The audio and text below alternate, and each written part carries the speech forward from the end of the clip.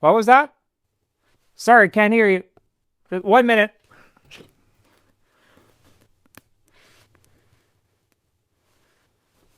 Say it again? Yes, I agree. You should like and subscribe. Hello everyone and welcome to another video on our own devices. I'm Jean Messier, and today we are having a look at a type of medical device that I haven't yet covered on this channel, but which has a long and fascinating history.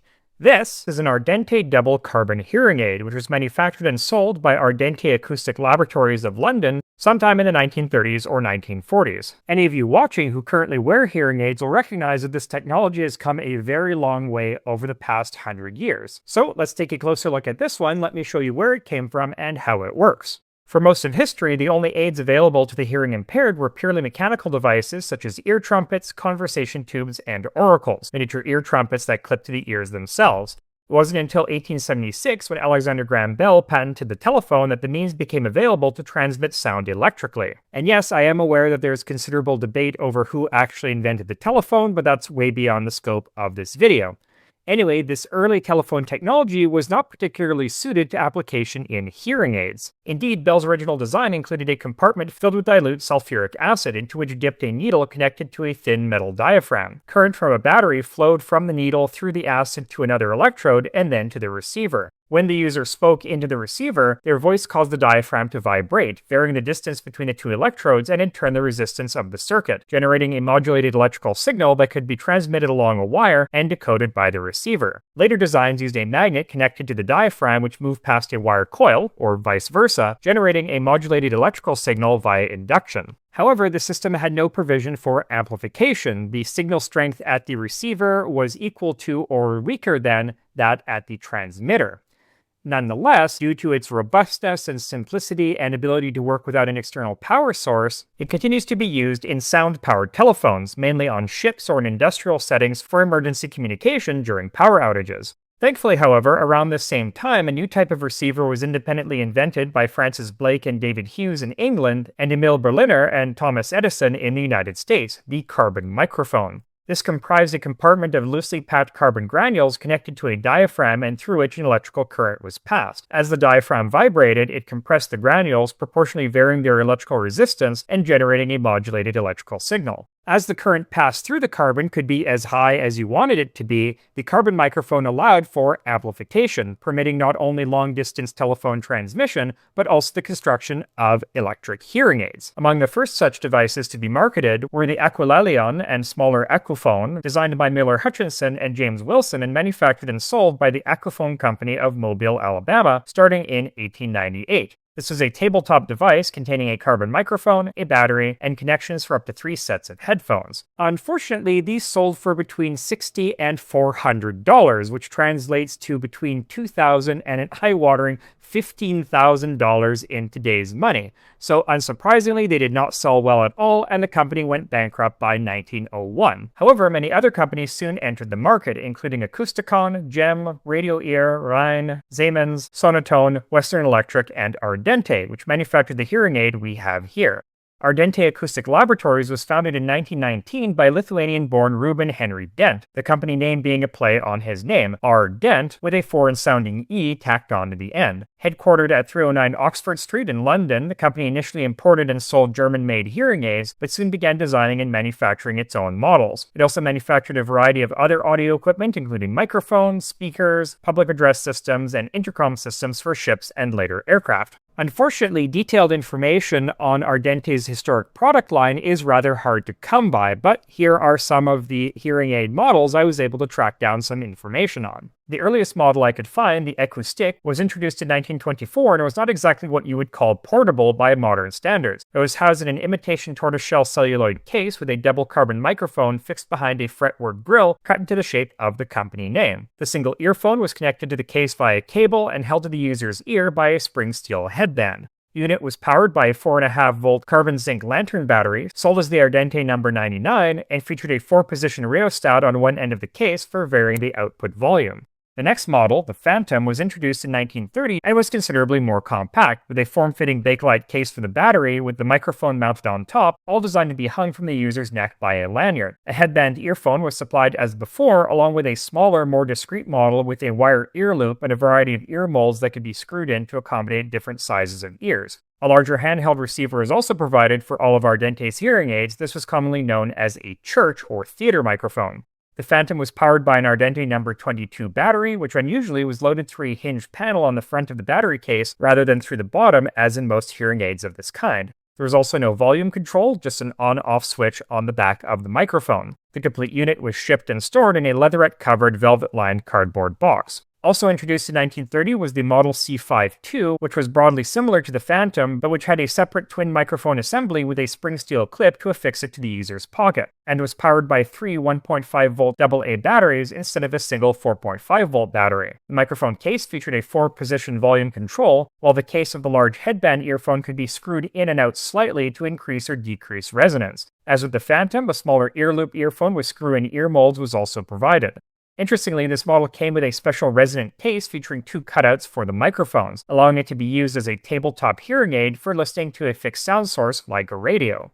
The third model, introduced in 1930, was the double carbon tortoiseshell model, which was nearly identical to the Model C5 II, including the resonant carrying case, but with the microphone case molded in imitation tortoiseshell celluloid. It also had no battery case. The user simply connected the power leads directly to a 4.5-volt carbon synced hearing aid battery, which was carried in a pocket. In 1936, Ardente introduced the Aura Shell 6 model, which had a single microphone in an imitation tortoiseshell case with a lanyard ring, a 4-position volume control, and a large headband earphone. Like the double carbon tortoiseshell model, it had no separate battery case. And this finally brings us to this model here, which I believe was manufactured sometime between 1938 and 1948, but unfortunately I haven't been able to find very much solid information on it. As always, if you know anything more about this particular device, please let me know and I'll add that information to the description of this video. Anyway, this is broadly similar to the Phantom, but with 2 microphones instead of 1, a sheet metal instead of a Bakelite battery case, and a headband but no ear loop style headphone, though the latter might simply be missing from this set since the cable still has a jack for connecting different types of microphones. Like previous models, this was powered by a single 4.5-volt battery of a style that is still sold for things like mining helmet lamps, which is loaded through the door in the bottom of the battery compartment. Mounted to the top unhinged post is a double microphone housing with a lanyard loop so the whole assembly can be hung around the user's neck. Now, the maximum gain that could be obtained using carbon microphones was relatively low, so often 2 or sometimes even more microphones were chained together in order to boost amplification. And if we unthread the face of the housing, we can see what a carbon microphone looks like. This is the diaphragm, and underneath we have a small cylindrical block of carbon with 8 hemispherical depressions or cups filled with spherical carbon beads or shot. As I mentioned at the start of the video, early carbon microphones typically use finer, more closely packed carbon granules. However, these tended to burn out when subjected to higher currents. So in high amplification applications like hearing aids, this configuration was more common since the larger carbon shot could withstand higher currents. Interestingly, this style of carbon microphone didn't actually work when you laid it down horizontally, since the carbon shot would fall to the bottom of the cup and not contact the diaphragm. It was only when you stood it upright that the shot would fall to the bottom and contact the diaphragm, allowing it to compress and vary the resistance of the mass of carbon shot. And this is why these devices were designed to be hung from your neck as so, and why the resonant cases I was mentioning before had the cutouts for the microphones on the side rather than the top. Anyway, moving on, we have our headband-style earphone, which has the unit's only control, a simple sliding on-off switch. It also bears the only markings other than the branding on the inside of the box lid. British made on one side, and Mr. R.H. Dent's Ardente, 309 Oxford Street, London W1 on the other. Earlier celluloid and Bakelite cases also typically bore the company's logo, which was the stylized profile of a human head. Now, while carbon microphone hearing aids certainly had a number of advantages over traditional ear trumpets, they took a long time to catch on, mainly due to the bulk, weight, and high price of early models. And indeed, even by 1944, the average price of an Ardente hearing aid like this one was £25, some 6 times the average weekly salary of a worker. Now, they also suffered from a number of technical issues. As I said before, the actual gain obtainable using a carbon microphone was not very high, meaning that these were only useful for people with mild to moderate hearing loss. Also, the audio quality was very scratchy due to the carbon shot rolling around inside the microphone, and also the frequency pickup was not great, meaning that the audio was very tinny. Thankfully, however, in 1908, Lee DeForest invented the triode audion vacuum tube, or valve, which by the 1920s had been sufficiently miniaturized for use in portable hearing aids. The first vacuum tube-based hearing aid was the Vactuphone, invented by Earl Hansen and introduced by the Globephone Manufacturing Company of Reading, Massachusetts in 1921. Then, in 1948, John Bardeen, Walter Brattain, and William Shockley at Bell Labs invented the transistor, which was much smaller, more robust, and consumed far less power than vacuum tubes. The first transistorized hearing aid was the Sonotone Model 10, released by the Sonotone Corporation of New York City in December 1952. However, this was a hybrid design using 2 vacuum tubes and 1 transistor. The first fully transistorized hearing aid, the Model O Transistor, was not released until the following month by the Medical Acoustic Instrument Company, or MACO, of Minneapolis. As for Ardente, just after World War II, they moved to 94 Wigmore Street in London and began offering their own line of vacuum tube hearing aids, including the Dolphin and Royal Crest. By 1954, they had moved to 62 Horn Lane in Acton, and soon thereafter began producing transistorized hearing aids like the Princess, Countess, and Duchess. However, the company's founder, Reuben Dent, died in 1962, and the company folded soon after. And that, dear viewers, is a brief overview of the prehistory of the electric hearing aid, as well as the Ardente company in particular. Now, of course, there's a lot more history to cover here, but as always, I would prefer to have physical examples to show you, so that will have to wait for another video. I hope you found that interesting. Thank you so much for watching. I'll see you next time in another video where we'll look at yet more medical aids, as well as other fascinating devices just like this one. Until then, I'm Jean Messi from Our Own Devices. Have a great day.